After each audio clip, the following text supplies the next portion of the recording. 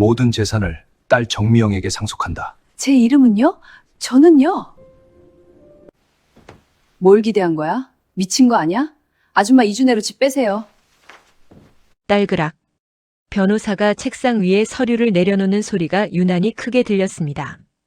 공증사무실 안은 냉방이 너무 강했어요. 에어컨 바람이 목덜미를 스치는데 온몸에 소름이 돋았습니다. 아니, 추워서가 아니었어요. 불안해서였습니다. 변호사 맞은편에 앉은 여자가 저를 쳐다봤습니다. 30대 중반쯤 돼 보이는 여자였어요.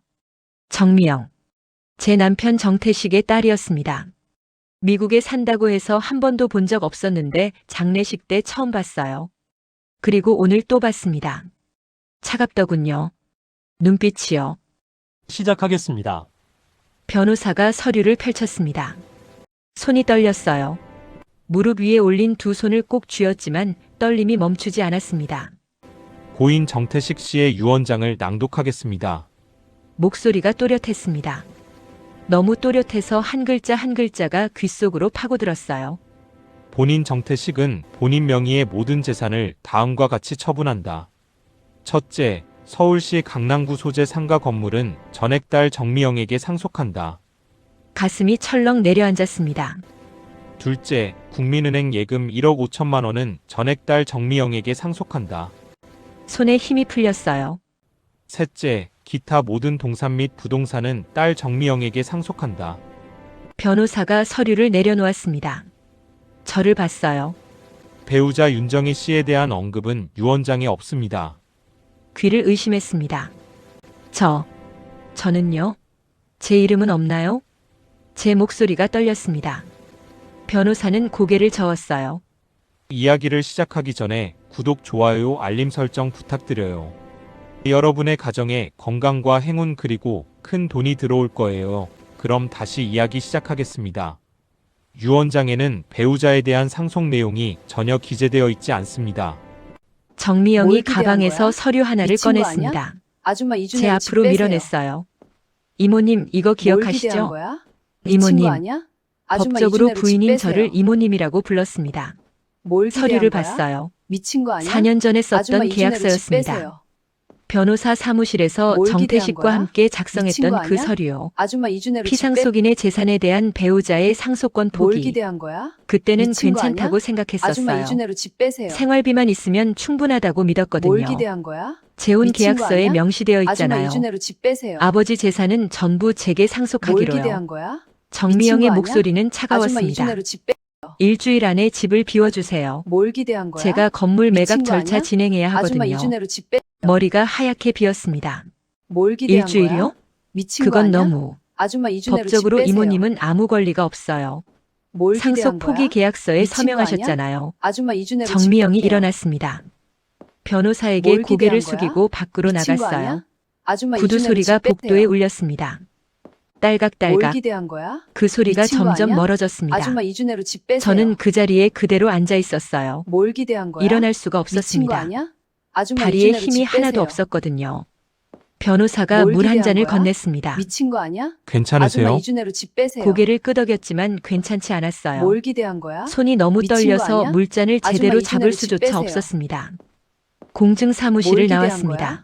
미친 건물 앞 벤치에 주저앉았어요. 햇빛이 뜨거웠습니다. 5월 햇살이 등을 지졌지만 몸은 차가웠어요. 64. 이 나이에 빈손이 됐습니다. 통장을 확인했어요. 15만 원. 그게 제 전부였습니다. 카드 빚은 7천만 원이 남아 있었고요. 4년 2개월. 그 시간 동안 매일 아침 5시에 일어나 주방에 섰습니다. 밤 10시까지 일했어요. 휴일도 없었습니다. 명절에도 쉬지 못했어요. 식당 문을 여는 날엔 무조건 주방에 있어야 했거든요. 허리가 아파서 밤마다 진통제를 먹었습니다. 손목이 저려서 젓가락을 떨어뜨린 적도 여러 번이었어요. 그래도 참았습니다. 이 집만 지키면 된다고 믿었거든요. 정태식이 쓰러졌을 땐 병원에서 밤을 새웠습니다. 간병인을 쓰자고 했더니 돈 아깝다며 제가 하라고 했어요. 낮엔 주방 일, 밤엔 간병. 하루에 3시간씩 잤습니다. 1년을 그렇게 버텼어요. 식당 리모델링 할 때는 카드론을 6천만 원 받았습니다. 정태식이 돈이 없다고 했거든요. 나중에 갚아주겠다고 했지만 한 푼도 안 갚았어요. 결국 제 빚이 됐습니다. 그렇게 보낸 4년 2개월인데 남은 건 아무것도 없었습니다. 25억짜리 건물은 한 푼도 받을 수 없었어요. 예금 1억 5천도 딸이 전부 가져갔습니다. 아파트도 딸 명의였고요. 핸드폰이 울렸습니다. 정미영이었어요. 이모님, 짐 언제 빼실 건가요? 빨리 좀 해주세요. 다음 주에 부동산 중개인이 건물 보러 온다고 했거든요. 전화가 끊겼습니다. 눈물이 났어요. 억울해서가 아니었습니다. 제 자신이 한심해서였어요. 어쩌다 이렇게 됐을까요? 벤치에 앉아 하늘을 봤습니다. 구름 한 점 없는 맑은 하늘이었어요. 너무 맑아서 오히려 잔인했습니다. 도대체 어디서부터 잘못된 걸까요? 4년 전으로 돌아가 보겠습니다. 재혼 앱을 켰던 그날 성당에서 정태식을 처음 만났던 그 순간으로요. 아니, 그보다 더 전이었을지도 모르겠어요. 이혼하고 받았던 9천만 원을 사기당했던 그때부터였을지도요. 안녕하세요. 저는 윤정희입니다. 올해 64시고 지금은 쪽방에서 살고 있어요. 식당에서 설거지 일을 하면서 한 달에 160만 원을 벌고 있습니다. 손목이 아파서 파스를 붙이며 일하고 있어요. 4년 전만 해도 이렇지 않았습니다. 60살 남편과 재혼해서 강남 아파트에 살았거든요. 남편은 건물주였고 월 임대료가 1천만 원 들어왔어요. 시세 25억짜리 건물을 가지고 있었습니다. 드디어 제 인생이 펴지는구나 싶었어요. 하지만 지금은 빈손입니다. 남편은 4년 만에 죽었고 유언장에는 제 이름이 없었어요. 건물에서 쫓겨났습니다. 도대체 어디서부터 잘못된 걸까요? 4년 전 56살 때로 돌아가 보겠습니다. 당시 저는 식당에서 홀서빙 일을 했습니다. 아침 10시부터 밤 9시까지 일했어요. 한 달에 180만 원을 벌었는데 월세 50만 원을 내고 생활비를 쓰면 남는 게 거의 없었습니다. 5년째 그렇게 살고 있었어요. 이혼하고 받았던 위자료가 9천만 원 있었는데 5년 전에 전부 날렸습니다. 지인이 소개해준 투자였어요. 부동산 개발 투자라면서 원금 보장에 월 5% 수익을 준다고 했습니다. 믿고 9천만 원을 전부 넣었어요. 6개월 동안은 한 달에 450만 원씩 수익이 들어왔습니다. 정말 되는구나 싶었는데 7개월째부터 연락이 끊겼어요. 전화를 해도 받지 않았고 사무실을 찾아가니 텅 비어 있었습니다. 사기였어요. 고소했지만 소용없었고 9천만 원이 한순간에 날아갔습니다. 51살에 빈손이 된 뒤로 5년 동안 식당에서 일하며 겨우 400만 원을 모았어요. 그게 제 전부였습니다. 어느 날 저녁 집에 돌아와 소파에 앉아 텔레비전을 켰는데 뉴스에서 폐지 줍는 할머니가 나왔습니다. 70대로 보이는 분이 한 달에 50만 원도 안 번다고 말하는 모습을 보니 가슴이 철렁했어요. 10년 후, 아니 5년 후에 제 모습 같았습니다. 이렇게 평생 일하다 죽을 순 없었어요. 침대에 누워 천장을 바라봤습니다. 월세 50만 원짜리 원룸이었어요. 6평도 안 되는 방이었습니다. 화장실 문을 열면 침대 발치가 보일 정도로 좁았어요. 20년 전에는 30평 아파트에서 살았습니다. 남편과 딸과 함께 살았어요. 그때는 행복했다고 생각했는데 남편 외도로 이혼했습니다. 위자료 9천만 원 받고 딸은 남편이 키우기로 했어요. 딸은 아빠를 따라가겠다고 했습니다. 그날 이후로 딸과 연락이 끊겼어요. 혼자가 됐습니다. 51살에 다시 시작하려고 했는데 9천만 원을 사기당했어요. 빈손으로 5년을 버텼습니다. 더 이상은 못 버티겠더군요. 어느 토요일 오후였습니다. 성당에 처음 나갔어요. 믿음이 있어서가 아니었습니다. 혹시 괜찮은 남자가 있을까 해서였어요. 미사가 끝나고 신자 모임이 있었습니다. 50대, 60대 신자들이 모여서 차를 마셨어요. 저도 끼어 앉았습니다. 옆에 앉은 할머니가 말을 걸어왔습니다. 처음 보는 얼굴이라면서 어디 사냐고 물었어요. 근처 산다고 대답했습니다. 할머니가 이것저것 물었어요. 결혼은 했냐고, 자녀는 있냐고, 무슨 일 하냐고요. 이혼했고 혼자 산다고 했습니다. 식당에서 일한다고 말했어요. 할머니가 고개를 끄덕이더니 저기 앉은 남자를 가리켰습니다. 저 사람도 혼자 산다면서요. 부인이 5년 전에 돌아가셨다고 했습니다. 건물주라면서 돈은 많은데 외로워 보인다고 했어요. 제 심장이 뛰었습니다. 건물주. 할머니가 계속 말했어요. 딸이 하나 있는데 미국에 산다면서요. 1년에 한 번 올까 말까 한다고 했습니다. 혼자 사니까 얼마나 외롭겠냐면서 안쓰럽다고 했어요. 저는 그 남자를 봤습니다. 60대 후반쯤 돼 보였어요. 깔끔한 차림이었습니다. 흰 와이셔츠에 회색 바지를 입고 있었어요. 얼굴은 온화해 보였습니다. 미사가 끝나고 밖으로 나왔습니다. 그 남자도 나왔어요. 주차장으로 걸어가는 모습을 봤습니다. 검은색 제네시스를 탔어요. 집으로 돌아오는 버스 안에서 계속 생각했습니다. 건물주. 딸은 미국. 혼자 산다. 이번엔 놓치면 안 된다고 생각했어요. 다음 주 일요일에 또 성당에 나갔습니다. 그 남자가 있었어요. 미사가 끝나고 신자 모임에 또 갔습니다. 일부러 그 남자 옆에 앉았어요. 밝게 웃으며 인사했습니다. 지난주에 뵀다고 말했어요. 남자가 고개를 끄덕였습니다. 기억한다면서 반갑다고 했어요. 이름을 물었습니다. 정태식이라고 했어요. 69이라고 했습니다. 저도 소개했습니다. 윤정이라고 예순이라고 말했어요. 정태식이 물었습니다. 어디 사냐고요? 근처 원룸에 산다고 대답했어요. 혼자 사냐고 물었습니다. 그렇다고 했어요. 정태식도 혼자 산다고 했습니다. 부인이 5년 전에 돌아가셨다면서요. 요즘 외롭다고 했어요. 저도 외롭다고 말했습니다. 이혼하고 5년 혼자 살았다고 했어요. 정태식이 무슨 일 하냐고 물었습니다. 식당에서 일한다고 대답했어요. 정태식은 건물을 가지고 있다면서 임대료로 산다고 말했습니다. 임대료로 편하게 살아요. 월 1천만 원 정도 들어오거든요. 심장이 쿵쾅거렸습니다. 월 1천만 원. 그날 집에 돌아와서 잠이 오지 않았습니다. 침대에 누워 천장만 바라봤어요. 월 1천만 원. 건물주. 혼자 산다. 이번엔 절대 놓치면 안 된다고 다짐했습니다. 다음 주부터 성당에 빠짐없이 나갔습니다. 매주 일요일 오전 11시 미사였어요. 10시 45분에 도착해서 정태식이 앉을 만한 자리 근처에 먼저 앉아 있었습니다. 정태식이 들어오면 밝게 웃으며 손을 흔들었어요. 정태식도 웃으며 제 옆에 앉았습니다. 미사가 끝나면 신자 모임에 함께 갔어요.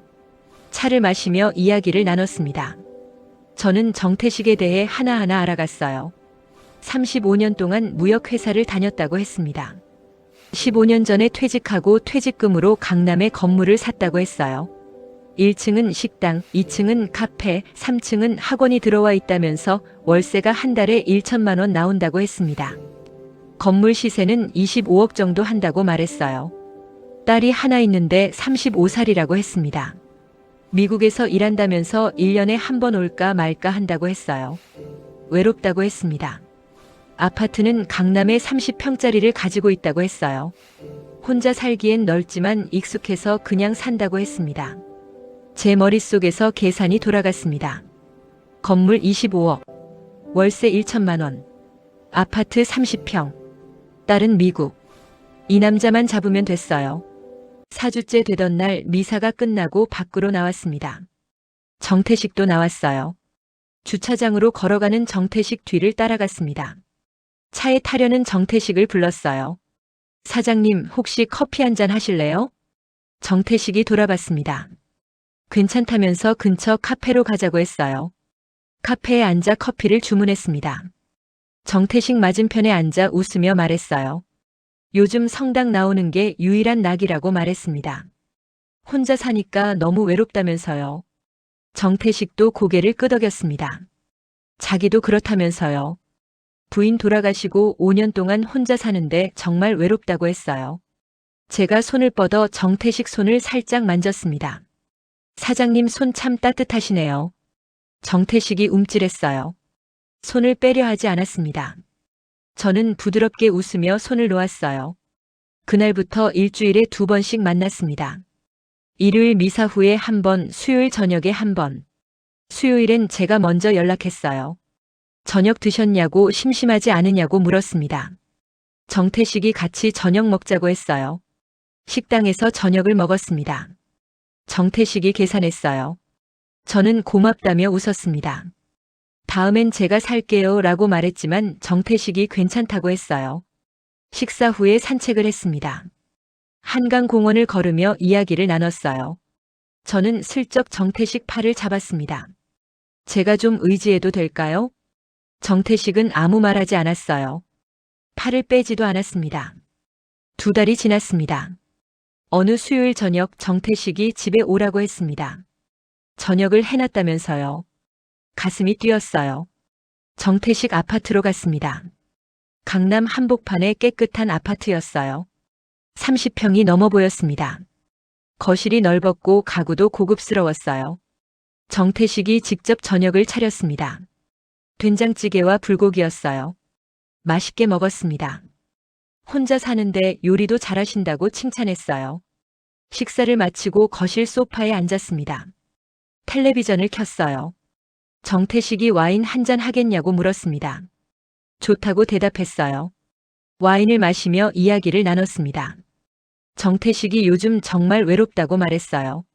딸은 미국에 있고 친구들은 다 바쁘고 집에 혼자 있으면 답답하다고 했습니다. 저도 그렇다고 말했어요. 원룸에 혼자 있으면 미칠 것 같다고 했습니다.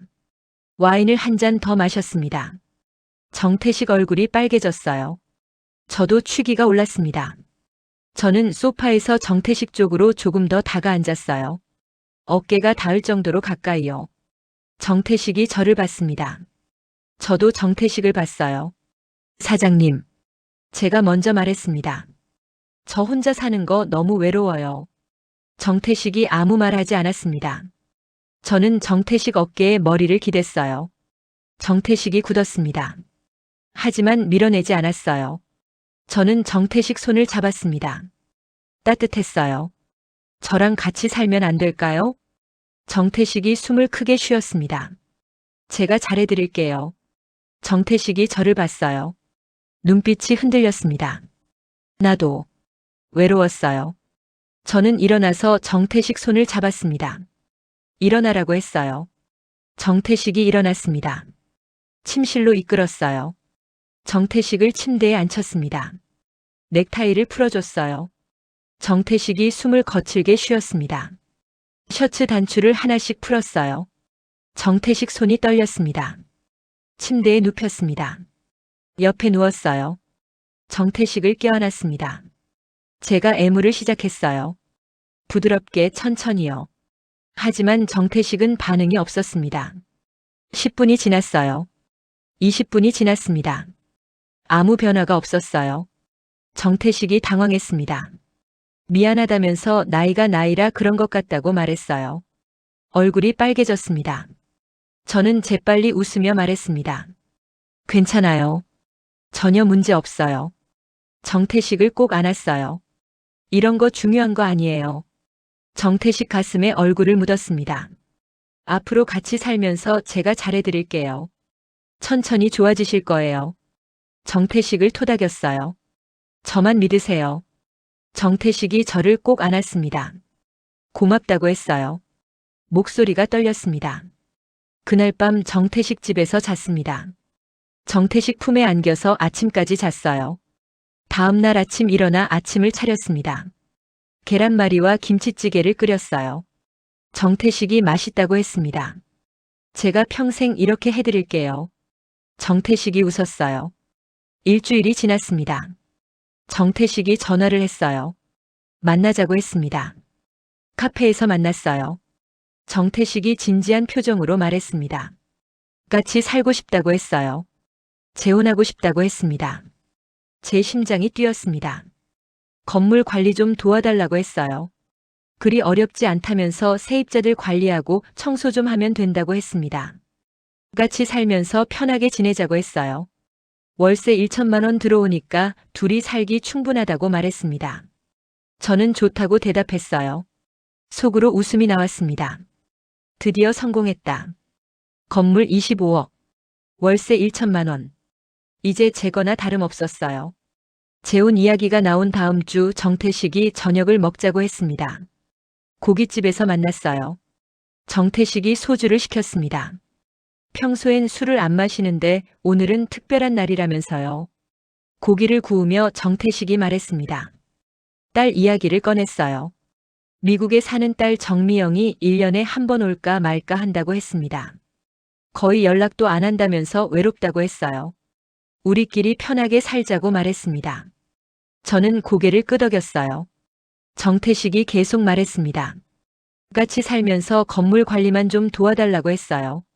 어렵지 않다면서 세입자들 민원 처리하고 청소 좀 하면 된다고 했습니다. 월세가 한 달에 1,000만 원 들어온다고 했어요. 그 돈으로 둘이 살기 충분하다면서 걱정하지 말라고 했습니다. 당신 명의로 통장 만들어 드릴게요. 제 심장이 뛰었습니다. 생활비 넣어 드릴 테니까 편하게 쓰면 된다고 했어요. 임대료 1,000만 원 들어오는데 뭐가 걱정이냐면서 웃었습니다. 저는 좋다고 대답했어요. 그런데 정태식 표정이 조금 굳었습니다. 한 가지 말할 게 있다고 했어요. 건물 이야기였습니다. 부인이 돌아가실 때 약속을 했다고 했어요. 건물은 꼭 딸에게 물려주겠다고 약속했다면서요. 그러니까 건물은 딸 정미영 거라고 했습니다. 대신 우리 살아있는 동안은 임대료로 편하게 살 수 있다고 했어요. 월세 1,000만 원이면 충분하지 않냐면서요. 저는 속으로 계산했습니다. 건물을 못 받아도 괜찮았어요. 월세 1,000만 원이면 충분했습니다. 정태식이 70 가까운 나이니까 한 10년만 살아도 1억 2천만 원이었어요. 그 정도면 나쁘지 않았습니다. 좋다고 대답했어요. 정태식이 안도한 표정을 지었습니다. 고맙다면서 제 손을 잡았어요. 그런데 하나 더 있다고 했습니다. 형식적으로 서류 하나만 쓰면 된다고 했어요.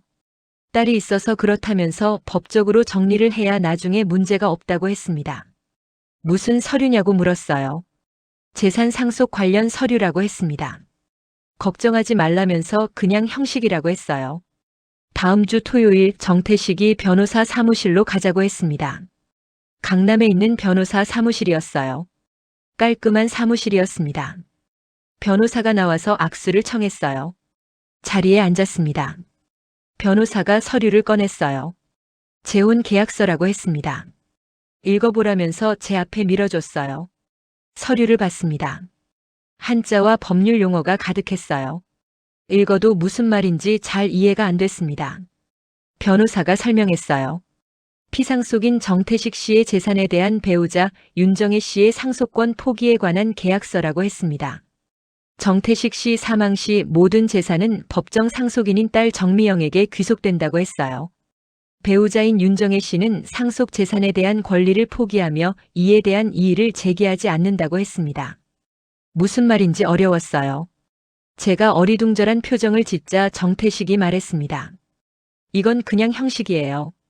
걱정하지 말라고 했어요. 우리 평생 함께 살 건데 뭐가 문제냐면서요. 변호사도 거들었습니다. 재혼하시는 분들이 다 이런 계약서 쓴다면서 법적으로 정리만 해두는 거라고 했어요. 정태식이 제 손을 잡았습니다. 당신 걱정하지 마요. 생활비는 내가 다 책임질게요. 월세 1,000만 원으로 우리 편하게 살 수 있어요. 저는 망설였습니다. 하지만 정태식 눈빛이 간절했어요. 이 서류 안 쓰면 재혼 못한다는 표정이었습니다. 괜찮아. 생활비만 있으면 돼. 속으로 생각했습니다. 월세 1,000만 원이면 충분했어요. 건물을 못 받아도 10년만 살면 1억 2천만 원이었습니다. 서명했습니다. 도장을 찍었어요. 변호사가 서류를 가져갔습니다. 복사본 한 장을 제게 줬어요. 정태식이 환하게 웃었습니다. 이제 준비 끝났다면서 다음 주에 구청 가서 혼인신고 하자고 했어요. 일주일 후 구청에 갔습니다. 혼인신고서를 작성했어요. 정태식과 나란히 앉아 서류에 도장을 찍었습니다. 직원이 축하한다고 했어요. 구청을 나왔습니다. 정태식이 제 손을 잡았어요. 이제 우리 부부라면서 웃었습니다. 그날 짐을 쌌습니다. 원룸에 가진 게 별로 없었어요. 옷 몇 벌과 이불 하나, 화장품 조금이 전부였습니다. 큰 가방 하나에 다 들어갔어요. 정태식 아파트로 이사했습니다. 30평 아파트였어요. 거실이 넓었고 방이 2개였습니다. 화장실도 2개였어요. 짐을 풀고 거실 소파에 앉았습니다. 창밖을 봤어요. 강남 한복판이 내려다 보였습니다. 높은 빌딩들과 넓은 도로가 보였어요. 드디어 제 집이 생겼구나. 속으로 중얼거렸습니다. 월세 1,000만 원. 30평 아파트. 이제 편하게 살 수 있을 거라고 생각했어요. 정태식이 옆에 앉았습니다. 제 어깨를 안았어요. 행복하게 살자면서요. 저도 웃으며 대답했습니다. 그때는 몰랐습니다. 이게 지옥의 시작인 줄이요. 재혼하고 일주일이 지났습니다. 아침에 일어나 거실로 나갔어요. 정태식은 이미 일어나서 소파에 앉아 신문을 보고 있었습니다. 아침 준비하겠다고 말했어요. 정태식이 고개를 끄덕였습니다. 부엌에 들어가 밥을 했어요. 냉장고를 열어봤는데 재료가 별로 없었습니다. 김치와 계란, 김 정도만 있었어요. 계란말이를 만들고 김치찌개를 끓였습니다. 밥과 함께 상을 차렸어요. 정태식이 식탁에 앉았습니다. 숟가락을 들고 밥을 먹었어요. 맛있다고 했습니다. 식사를 마치고 설거지를 했어요. 정태식은 소파에 앉아 텔레비전을 켰습니다. 점심과 저녁도 제가 차렸어요. 냉장고에 있는 재료로 만들었습니다. 사흘째 되던 날 냉장고가 거의 비었어요. 정태식에게 말했습니다. 장을 봐야 할 것 같다고요. 정태식이 지갑에서 카드 하나를 꺼냈습니다. 이거 쓰세요. 신용카드였어요. 정태식 명의였습니다. 식재료 사고 생활용품 사는데 쓰라고 했어요.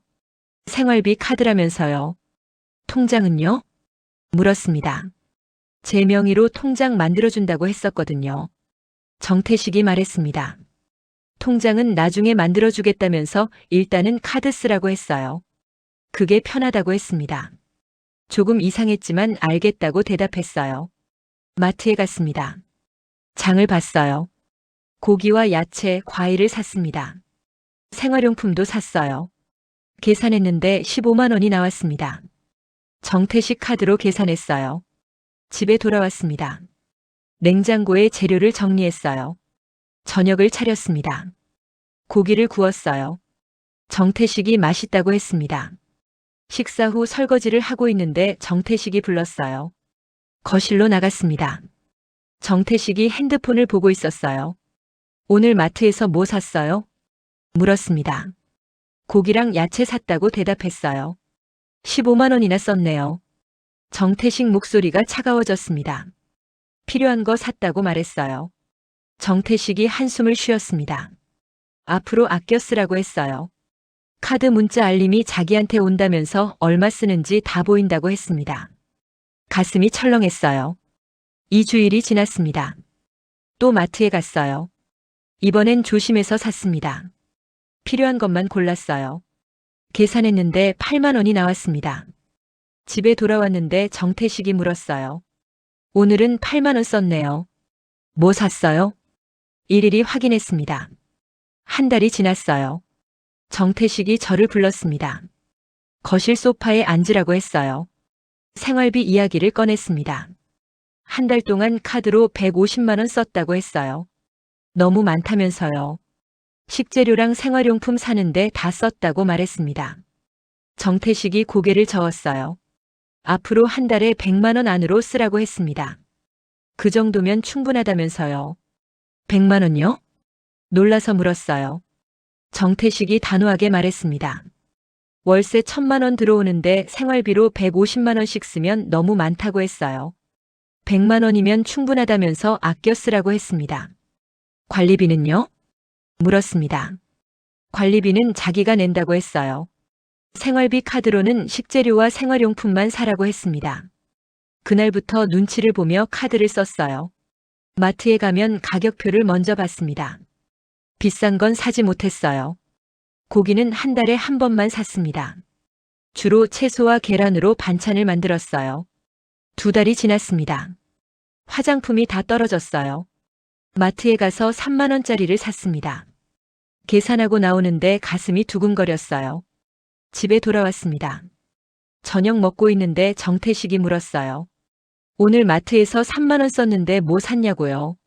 화장품 샀다고 대답했습니다. 정태식 표정이 굳었어요. 화장품은 왜 사냐고 물었습니다. 생활비 카드는 식재료용이라면서요. 다 떨어져서 샀다고 말했어요. 정태식이 한숨을 쉬었습니다. 앞으로 그런 건 자기한테 미리 말하라고 했어요. 마음대로 사지 말라고 했습니다. 그날 밤 잠이 오지 않았어요. 침대에 누워 천장을 바라봤습니다. 이게 뭔가 싶었어요. 월세 1,000만 원 들어오는 집에서 화장품 3만 원 사는 것도 눈치를 봐야 한다니요. 석 달이 지났습니다. 옷이 필요했어요. 입을 옷이 별로 없었거든요. 백화점에 갔습니다. 제일 저렴한 옷을 골랐어요. 5만 원짜리 티셔츠 2장을 샀습니다. 정태식 카드로 계산하려다가 멈췄어요. 제 돈으로 샀습니다. 원룸에서 가져온 비상금 400만 원 중에서 10만 원을 썼어요. 집에 돌아와 옷을 옷장에 넣었습니다. 정태식한테는 말하지 않았어요. 넉 달째 되던 날 친구가 전화했습니다. 오랜만에 밥 먹자고 했어요. 좋다고 대답했습니다. 친구를 만났어요. 식당에서 밥을 먹으며 이야기를 나눴습니다. 재혼했다고 말했어요. 친구가 축하한다고 했습니다. 계산할 때가 됐어요. 친구가 자기가 내겠다고 했습니다. 제가 낼게요 라고 말했지만 정태식 카드를 꺼낼 수가 없었어요. 결국 친구가 계산했습니다. 집으로 돌아오는 지하철 안에서 눈물이 났어요. 월세 1,000만 원 들어오는 집에 사는데 친구 밥값도 못 내는 신세였습니다. 6달이 지났어요. 제 통장을 확인했습니다. 400만 원이 300만 원으로 줄어 있었어요. 부족한 생활비를 제 돈으로 메웠고 옷도 제 돈으로 샀습니다. 정태식에게 말했어요. 생활비가 부족하다고요. 정태식이 물었습니다. 얼마나 부족하냐고요. 한 달에 100만 원으로는 어렵다고 말했어요. 정태식이 고개를 저었습니다. 충분하다면서 아껴 쓰라고 했어요. 다른 집은 그것도 안 되는 데가 많다면서요. 용돈을 달라고 했습니다. 개인적으로 쓸 돈이 필요하다고 말했어요. 정태식이 물었습니다. 용돈은 왜 필요하냐고요. 생활비 카드 있는데 뭘 더 달라는 거냐고 했습니다. 친구도 만나야 하고 옷도 사야 한다고 말했어요. 정태식이 차갑게 말했습니다. 친구 만나는 것도 집에서 만나면 되고 옷은 있는 거 입으면 된다고 했어요. 용돈은 안 된다고 했습니다. 더 이상 말할 수 없었어요. 그날 밤 침대에 누워 울었습니다. 소리 내지 않고 조용히 울었어요. 옆에서 정태식이 코를 골며 자고 있었습니다. 1년이 지났습니다. 제 통장에 남은 돈은 100만 원이었어요. 400만 원 중 300만 원을 썼습니다. 월세 1,000만 원이 들어오는 집에 살면서 제 돈만 줄어들고 있었어요. 정태식 통장에는 돈이 계속 쌓이고 있었습니다. 한 달에 1,000만 원씩 들어오는데 생활비로 100만 원만 썼으니까요. 나머지 900만 원은 정태식 통장에 고스란히 쌓였어요. 저는 그저 생활비 카드 하나로 눈치 보며 살았습니다. 현금은 한 푼도 받지 못했어요. 재혼하고 한 달 반이 지났을 때였습니다. 정태식이 저녁 먹고 나서 말했어요. 건물 이야기였습니다. 1층 식당에서 주방장이 갑자기 그만뒀다고 했어요. 당분간 사람을 구하기 어렵다면서요. 잠깐만 도와달라고 했습니다. 주방 일을 해달라는 거였어요. 금방 사람 구할 테니까 한 달만 도와달라고 했습니다. 망설였습니다. 정태식이 말했습니다. 우리 건물인데 당연히 도와야 하는 거 아니냐고요. 부부인데 이 정도는 해줘야 한다면서요. 알겠다고 대답했어요. 다음 날 아침 건물로 갔습니다. 1층 식당이었어요. 한식당이었습니다. 사장은 50대 남자였어요. 정태식이 소개했습니다. 제 부인이라면서 당분간 주방 일 도와줄 거라고 했어요. 사장이 고맙다고 했습니다. 주방에 들어갔어요. 앞치마를 입었습니다. 아침 5시부터 일이 시작됐어요. 재료 손질을 했습니다. 양파를 썰고 파를 다듬고 고기를 준비했어요. 오전 11시에 손님이 들어오기 시작했습니다. 주문이 들어왔어요. 찌개를 끓이고 구이를 만들었습니다. 손이 쉴 틈이 없었어요. 점심시간이 끝나고 오후 3시쯤 잠깐 쉬었습니다.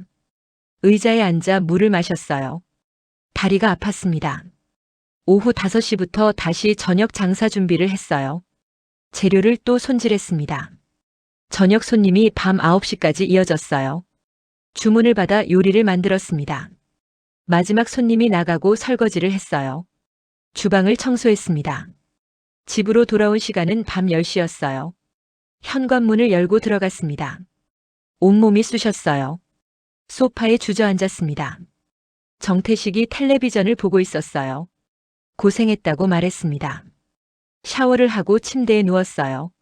눈을 감자마자 잠들었습니다. 다음 날도 아침 5시에 일어났어요. 건물로 갔습니다. 일주일이 지났습니다. 매일 아침 5시부터 밤 10시까지 일했어요. 하루 17시간 일했습니다. 허리가 아프기 시작했어요. 오래 서 있어서 그런 것 같았습니다. 정태식에게 말했어요. 허리가 아프다고요. 정태식이 조금만 참으라고 했습니다. 곧 사람 구할 거라면서요. 2주일이 지났습니다. 새 주방장 소식은 없었어요. 정태식에게 물었습니다. 언제 사람 구하냐고요? 정태식이 대답했습니다. 요즘 사람 구하기 어렵다면서 조금만 더 해달라고 했어요. 한 달이 지났습니다. 여전히 제가 주방 일을 하고 있었어요. 정태식에게 다시 물었습니다. 사람은 언제 구하냐고요? 정태식이 말했습니다. 당신이 하는데 왜 굳이 사람을 구하냐고 했어요. 월급 주고 사람 쓰는 것보다 당신이 하는 게 낫다고 했습니다. 얼어붙었어요. 그럼 제 월급은요? 물었습니다. 정태식이 웃었어요. 우리 부부인데 무슨 월급이냐고 했습니다. 생활비 카드 있잖냐면서요. 할 말이 없었어요. 석 달이 지났습니다. 매일 아침 5시에 일어나 건물로 갔어요. 밤 10시에 집으로 돌아왔습니다. 휴일도 없었어요. 식당이 문 여는 날엔 무조건 주방에 있어야 했습니다. 명절에도 일했어요. 설날과 추석에도 식당은 열었습니다. 허리 통증이 심해졌어요. 밤에 잠을 자다가 허리가 아파서 깨는 날이 많았습니다. 손목도 아프기 시작했어요. 칼질을 많이 해서 그런 것 같았습니다. 정태식에게 말했어요. 병원에 가고 싶다고요. 정태식이 물었습니다. 많이 아프냐고요. 많이 아프다고 대답했어요. 정태식이 말했습니다.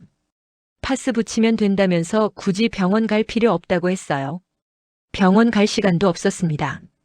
아침 5시부터 밤 10시까지 일하는데 언제 병원에 가겠어요. 6달이 지났어요. 손목이 너무 아파서 젓가락을 떨어뜨렸습니다. 주방에서 일하다가 칼을 놓친 적도 있었어요. 약국에 가서 진통제를 샀어요. 제 돈으로 샀습니다. 매일 진통제를 먹으며 일했어요. 1년이 지났습니다. 여전히 주방에서 일하고 있었어요. 새 주방장은 구하지 않았습니다. 제가 무급 주방장이 됐어요. 월급은 한 푼도 받지 못했습니다. 생활비 카드로 한 달에 100만 원만 쓸 수 있었어요. 하루 17시간 일하고 한 달에 100만 원어치 카드만 쓸 수 있었습니다. 계산해보니 시급 2,000원도 안 됐어요. 재혼하고 2년째 되던 해였습니다. 어느 날 밤 정태식이 화장실에서 쿵 소리를 내며 쓰러졌어요. 달려갔습니다. 정태식이 바닥에 누워 있었어요. 눈을 감고 있었습니다. 흔들었어요. 정신 차리라고 했습니다. 정태식이 눈을 떴어요. 어지럽다고 했습니다. 구급차를 불렀습니다. 병원에 실려갔어요. 의사가 나와서 말했습니다. 뇌졸중이라고 했어요. 다행히 경미한 수준이라면서 입원 치료를 받아야 한다고 했습니다. 정태식을 병실에 눕혔어요. 2주일 동안 입원했습니다. 매일 병원에 갔어요. 낮에는 주방 일, 저녁에는 병원 간병을 했습니다. 하루에 3시간 잤어요. 퇴원한 후 정태식 거동이 불편해졌습니다.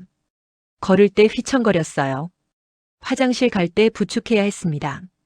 약도 많아졌어요. 혈압약, 혈당약, 뇌졸중 재발 방지약까지 하루 3번 먹어야 했습니다. 제가 챙겼어요. 아침, 점심, 저녁 약을 챙겼습니다.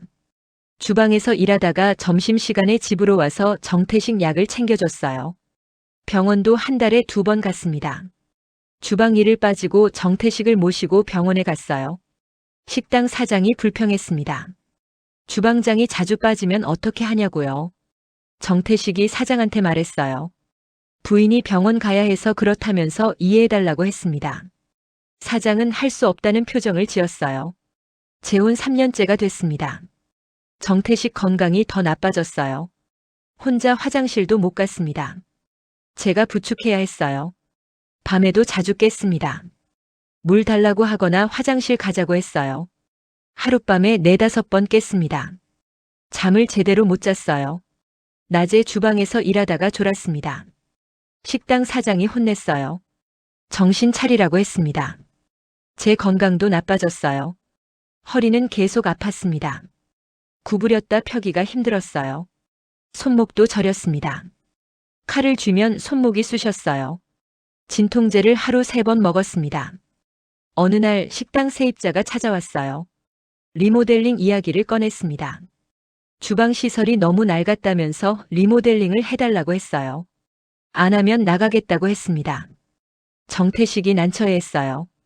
세입자가 나가면 월세가 끊긴다면서 걱정했습니다. 리모델링 견적을 받았어요. 6천만 원이 나왔습니다. 정태식이 말했습니다. 돈이 없다고 했어요. 통장에 돈이 없냐고 물었습니다. 정태식이 고개를 저었어요. 그 돈은 노후 자금이라면서 못 쓴다고 했습니다. 그럼 어떻게 하냐고 물었어요. 정태식이 저를 봤습니다. 당신이 해결해달라고 했어요. 어떻게요? 물었습니다. 정태식이 말했습니다. 카드론 받으라고 했어요. 나중에 갚아주겠다고 했습니다. 할 말이 없었어요. 은행에 갔습니다. 카드론을 신청했어요. 6천만 원을 받았습니다. 리모델링 업체에 돈을 줬어요. 한 달 동안 공사가 진행됐습니다. 주방이 새로 바뀌었어요. 세입자가 만족했습니다. 계속 장사하겠다고 했어요. 정태식이 다행이라고 했습니다. 저는 카드 빚이 6천만 원 생겼어요. 정태식에게 말했습니다. 언제 갚아주냐고요. 정태식이 대답했습니다. 나중에 갚아주겠다고 했어요. 지금은 여유가 없다면서요. 나중이 언제냐고 물었습니다. 정태식이 짜증을 냈어요. 자꾸 재촉하지 말라고 했습니다. 더 이상 말하지 못했어요. 재혼 4년째가 됐습니다. 제 통장은 텅 비었어요. 400만 원이 전부 사라졌습니다. 카드 빚은 6천만 원이 있었어요. 정태식 통장에는 돈이 쌓여 있었습니다. 3년 동안 월세 1,000만 원씩 받았는데 생활비로 100만 원씩만 썼으니까요.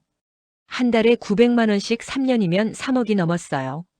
그런데 저는 카드 빚 6천만 원을 지고 있었습니다. 손목 통증이 심해졌어요. 병원에 갔습니다. 의사가 말했습니다. 손목 터널증 후군이라고 했어요. 수술이 필요하다고 했습니다. 수술비가 200만 원 나온다고 했어요. 정태식에게 말했습니다. 수술해야 한다고요. 정태식이 물었습니다. 얼마냐고요. 200만 원이라고 대답했어요.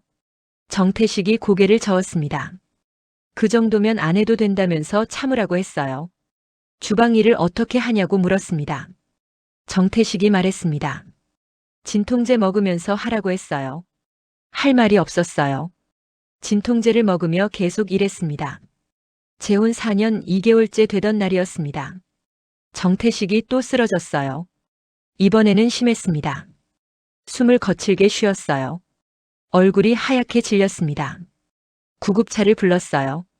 병원에 실려갔습니다. 의사가 나와서 말했습니다. 신부전이라고 했어요. 상태가 좋지 않다면서 가족을 불러야 한다고 했습니다. 딸한테 전화했어요. 정미영한테요. 아버지가 위독하다고 말했습니다. 정미영이 미국에서 비행기를 탔어요. 이틀 후에 도착했습니다. 병원에 왔어요. 정태식을 봤습니다. 정태식은 산소 마스크를 쓰고 누워 있었어요. 사흘째 되던 날 정태식이 숨을 거뒀습니다. 73이었어요. 장례를 치렀습니다. 정미영이 모든 걸 주관했어요. 저는 옆에서 조문객을 맞았습니다. 3일장이 끝났어요. 집으로 돌아왔습니다. 아파트가 텅 비어 있었어요. 소파에 앉았습니다. 드디어 끝났다고 생각했어요. 4년 2개월 동안의 지옥이 끝났습니다. 이제 좀 쉴 수 있겠다고 생각했어요. 하지만 그때는 몰랐습니다. 진짜 지옥은 지금부터라는 걸요. 장례를 치르고 일주일이 지났습니다. 정미영한테 전화가 왔어요. 변호사 사무실로 오라고 했습니다. 유언장 개봉식이 있다면서요. 가슴이 뛰었어요. 혹시 정태식이 뭔가 남겨뒀을까 하는 기대가 생겼습니다. 건물은 못 받아도 예금이라도 조금 받을 수 있지 않을까요? 아니면 카드 빚이라도 갚아줄 수 있게 돈을 남겨뒀을 수도 있잖아요. 변호사 사무실로 갔습니다. 정미영이 먼저 와 있었어요. 저를 보더니 고개를 끄덕였습니다. 변호사가 들어왔어요. 서류를 꺼냈습니다. 유언장을 읽기 시작했습니다. 본인 정태식은 본인 명의의 모든 재산을 딸 정미영에게 상속한다고 했어요. 서울시 강남구 소재 상가 건물 전액 딸에게, 국민은행 예금 1억 5천만 원 전액 딸에게, 아파트 전액 딸에게. 제 이름은 한 번도 나오지 않았습니다. 변호사가 서류를 내려놓고 저를 봤어요. 배우자에 대한 언급은 유언장에 없다고 했습니다. 정미영이 가방에서 서류를 꺼냈어요. 제 앞으로 밀어줬습니다. 재혼 계약서였어요. 4년 전에 썼던 그 서류요. 상속 포기 계약서라면서 법적으로 아무 권리가 없다고 말했습니다. 일주일 안에 집을 비우라고 했어요. 건물 매각 절차를 진행해야 한다면서요. 변호사 사무실을 나왔습니다. 근처 벤치에 앉았어요. 다리에 힘이 없었습니다. 64. 이 나이에 빈손이 됐어요. 통장을 확인했습니다. 15만 원이 전부였어요. 카드 빚은 7천만 원이 남아 있었습니다. 리모델링 6천만 원에 제가 쓴 1천만 원이었어요. 4년 2개월. 그 시간이 주마등처럼 지나갔습니다. 매일 아침 5시에 일어나 주방에 섰던 날들. 밤 10시까지 일하고 집에 돌아와 쓰러지듯 잠들었던 밤들. 허리가 아파도 손목이 저려도 진통제 먹으며 버텼던 시간들. 정태식 쓰러졌을 때 병원에서 밤을 새우며 간병했던 날들. 하룻밤에 4-5번 깨서 화장실 부축했던 기억들. 카드론 6천만 원 받아 리모델링 비용 대신 냈던 날. 나중에 갚아주겠다던 정태식 말을 믿었던 제 자신. 그렇게 보낸 4년 2개월인데 남은 건 아무것도 없었어요. 25억짜리 건물도 못 받았습니다. 1억 5천만 원 예금도 딸이 가져갔어요. 아파트도 딸 명의였습니다. 월급도 한 푼 못 받았어요. 4년 2개월 동안 무급으로 일했습니다. 하루 17시간씩 일했는데 생활비 카드로 한 달에 100만 원어치만 쓸 수 있었어요. 계산해 봤습니다. 4년 2개월이면 1470일입니다. 하루 17시간이면 23,920시간 일했어요. 최저임금이 시급 10,000원이라고 치면 2억 3,920만 원을 받았어야 했습니다. 하지만 저는 한 푼도 받지 못했어요. 오히려 제 돈 400만 원을 다 썼고 카드 빚 7천만 원까지 졌습니다. 핸드폰이 울렸어요. 정미영이었습니다. 짐 언제 빼느냐고 물었어요. 빨리 처리해달라면서 다음 주에 부동산 중개인이 건물 보러 온다고 했습니다. 전화가 끊겼어요. 눈물이 났습니다. 억울해서가 아니었어요. 제 자신이 한심해서였습니다. 일주일 후 짐을 쌌어요. 가진 게 별로 없었습니다. 옷 몇 벌과 이불 하나가 전부였어요. 큰 가방 하나에 다 들어갔습니다. 정미영이 와서 확인했어요. 빨리 나가라고 했습니다. 아파트를 나왔어요. 현관문을 닫는데 눈물이 났습니다. 4년 2개월 살았던 집이었는데 이제 남의 집이 됐어요. 쪽방을 알아봤습니다. 한 달 40만 원짜리 방을 구했어요. 보증금 50만 원에 월세 40만 원이었습니다. 친구한테 돈을 빌렸어요. 100만 원을 빌려서 보증금이랑 첫 달 월세를 냈습니다. 쪽방은 너무 좁았어요. 3평도 안 됐습니다. 침대 하나 놓으면 끝이었어요. 화장실은 복도 끝에 공용으로 있었습니다. 짐을 풀고 침대에 앉았어요. 64세 쪽방이었습니다. 일을 찾아야 했어요. 카드 빚 7천만 원을 갚아야 하고 월세 40만 원을 내야 했습니다. 친구한테 빌린 100만 원도 갚아야 했어요. 인터넷으로 구인 광고를 봤습니다. 64을 받아주는 곳이 별로 없었어요. 며칠을 찾다가 식당 설거지 일자리를 찾았습니다. 한 달 160만 원이었어요. 면접을 보러 갔습니다. 사장이 물었어요. 나이가 많은데 괜찮겠냐면서 일이 힘들다고 했습니다. 괜찮다고 대답했어요. 뭐든지 하겠다고 했습니다. 다음 주부터 나오라고 했어요. 일을 시작했습니다. 저녁 6시부터 밤 12시까지 설거지를 했어요. 하루 6시간 일했습니다. 손목이 아팠어요. 손목 터널증 후군이 아직 안 나았거든요. 설거지하면 손목이 쑤셨습니다. 진통제를 먹으며 일했어요. 한 달이 지났습니다. 월급 160만 원을 받았어요. 월세 40만 원 내고 생활비 70만 원 쓰고 카드빚 20만 원 갚으면 30만 원 남았습니다. 친구한테 빌린 100만 원을 갚으려면 석 달이 걸렸어요. 카드 빚 7천만 원은 한 달에 20만 원씩 갚으면 350달 29년 걸렸습니다. 29년. 64세 시작해서 93세까지 갚아야 했어요. 그날 밤 잠이 오지 않았습니다. 침대에 누워 천장을 봤어요. 천장에 곰팡이가 피어 있었습니다. 어디서부터 잘못됐을까요? 재혼 앱을 켰던 날부터였을까요? 정태식을 만났던 날부터였을까요? 계약서에 서명했던 순간부터였을까요? 아니에요. 시작은 그보다 훨씬 전이었습니다. 9천만 원을 사기당했을 때부터였어요. 그때 욕심을 부렸습니다. 원금 보장에 월 5% 수익이라는 말에 전부 넣었거든요. 그리고 재혼할 때도 욕심을 부렸어요. 건물 25억과 월세 1천만 원을 보고 정태식한테 다가갔습니다. 편하게 살고 싶다는 욕심이었어요. 하지만 세상에 공짜는 없었습니다. 4년 2개월 동안 무급 가정부를 했어요. 무급 주방장도 했습니다. 무급 간병인도 했어요. 허리를 다쳤고 손목도 다쳤습니다. 제 돈 400만 원을 다 썼고 카드 빚 7천만 원까지 졌어요. 결국 빈손으로 쫓겨났습니다. 지금 남은 건 쪽방 하나와 카드 빚 7천만 원, 그리고 손목 통증뿐입니다. 1년이 지났어요. 지금은 65입니다. 여전히 쪽방에서 살고 있고 식당에서 설거지 일을 하고 있어요. 한 달 160만 원을 받습니다. 카드 빚은 7천만 원에서 6,800만 원으로 줄었어요. 1년 동안 200만 원 갚았습니다. 아직 28년 남았어요.